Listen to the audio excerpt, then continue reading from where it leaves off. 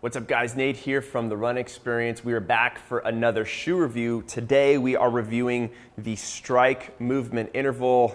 Bam, this guy right here. You may have never heard of Strike before. Well, I'll tell you a little bit about him. I'll tell you the pros and cons of this shoe as well as what you can do with it, so stay tuned.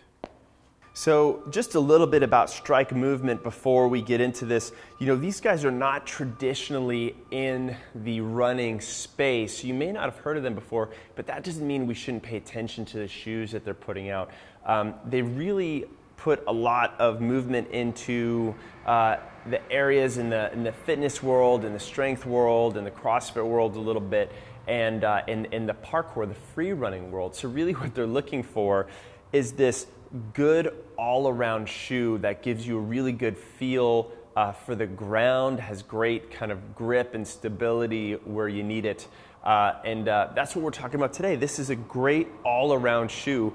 If I was going on vacation for a couple weeks and I didn't know what I was doing, I wanted a shoe that I could dress up a little bit to go out to dinner, I was gonna go hike a mountain or go for a short run or ride a bike or do something else, I would probably pick a shoe like this. It's super lightweight. I could throw it in the luggage in my bag. Doesn't have a ton of support, good grippy sole. You can see I've definitely got some miles in this guy. And I'm a really big fan of that.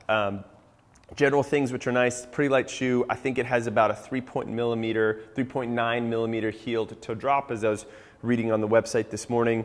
Nice wide forefoot. So you just put the shoe on, it just feels pretty darn good. You just walk around in this and you're like, oh, I like this. I have this strong connection with the ground.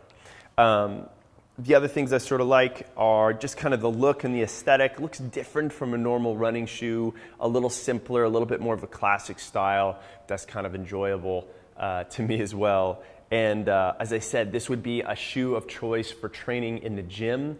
No surprises that I'm a big fan of runners getting in and doing other things than running. And here's the deal, especially in the day and age with the maximalist shoes coming out, shoes like Hoka's, which are a great tool for on the trail, I tend to see a lot of my runners coming into the gym with those same shoes. Now, if you'll bear with me for a second, I'm going to give you a little example.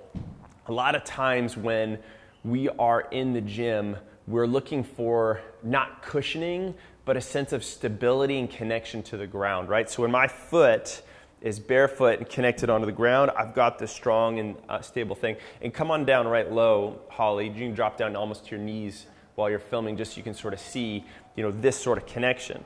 Now, when I'm in a shoe like this, it's pretty low, it's pretty stable, so I feel pretty good about jumping, about squatting, about lunging, about even single leg balancing on this leg. I feel pretty good. Now, an issue that I see with a lot of maximalist shoes, and again, this is less to do with it not necessarily being a good or bad shoe, but just not being the appropriate shoe for the job. A lot of times if I'm in a maximalist shoe, it's like trying to balance on a foam pad where all of a sudden I'm on here and my foot is swimming around looking to be stable, whereas if it was just flat on the ground, boom, I'm rock hard and I'm stable right there. So a lot of times when we're looking for a good training shoe, we don't want the most cushion in the world. We want a sense of stability and connection. And I think that this shoe is such a great feel for that, and it really provides that. So definitely check these out. They're good for indoor training, gym training, kind of all around fitnessing, vacationing, and some short runs. In the next section, I'll talk about, you know, maybe where their limitations lie and who this would be perfect for. Okay, so the limitations of this shoe are really sort of the opposite of its strengths, right? This is a low profile shoe that doesn't have a lot of cushioning or stability, so it gives you that great connection on the ground, which basically means that it's a great shorter distance running shoe. You know, maybe I'd race a 5K in this if I was feeling, you know, really ready. Or maybe like a shorter, lower volume track workout. But if I was wanting to find a shoe to put in some run mileage for the longer haul or go up to a half marathon or marathon, this probably wouldn't be the tool for me to do that. As I said, the good feel, I like the black color. It hides dirt really nicely because these shoes should be filthier than they are depending on how much I've worn them the last couple weeks.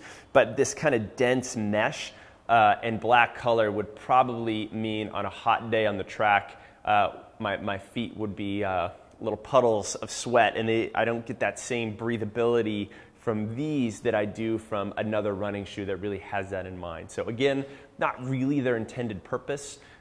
So bear that in mind if you're going into these things. But as I said, a great candidate if you are a runner who's looking to do some cross training and you want a good tool for the job and also a good walking around shoe and everything else. You know, the other benefit of this is that you can save the mileage for your road runners and preserve them a little bit longer by only doing your runs in them and using a shoe like this for everything else you do.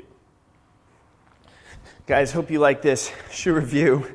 If you did, considering what I'm doing right now, we have something to share with you, a little quick start run strength and injury prevention program that is perfect for getting stronger, getting to be a better runner, getting more mobile, getting more injury free.